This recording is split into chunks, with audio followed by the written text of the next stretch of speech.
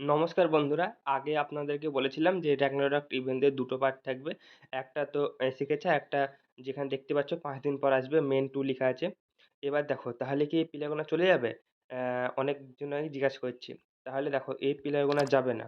এখন যাবে না। তার কারণ হচ্ছে যে এইখানে যখন দেখো লেখা আছে এক্সপায়ার ইন ২৬ ডেজ, মানে ২৬ দিন এখন থাকবে।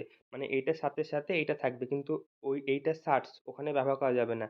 ওটা আলাদা করে শার্টস আপনাদেরকে জমাতে হবে এবং এইখানটায় যখন আসবেন, এইখানে দেখো একটা শার্টের অপশন দেয়া আছে ক্লেম করার। কিন্তু ৫ দিন পর এখানে আরেকটা শার্টের অপশন চলে আসবে। তখন আপনি যে প্যাকটা মারবেন সেই প্যাকে আপনি শার্ট নিতে পারেন।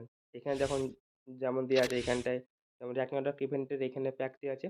এটি নিচে চলে আসবে আর উপরে চলে আসবে আলাদা করে ওই প্যাকটা। আপনি যেটা খুশি নিতে পারেন। যদি আপনার মনে হয় যে র‍্যাগনারক ইভেন্টের আমি একটা প্লেয়ার নেবো, একটু শার্টস কম আছে, তাহলে এখান থেকে প্লেয়ার মেরে আপনি নিতে পারেন।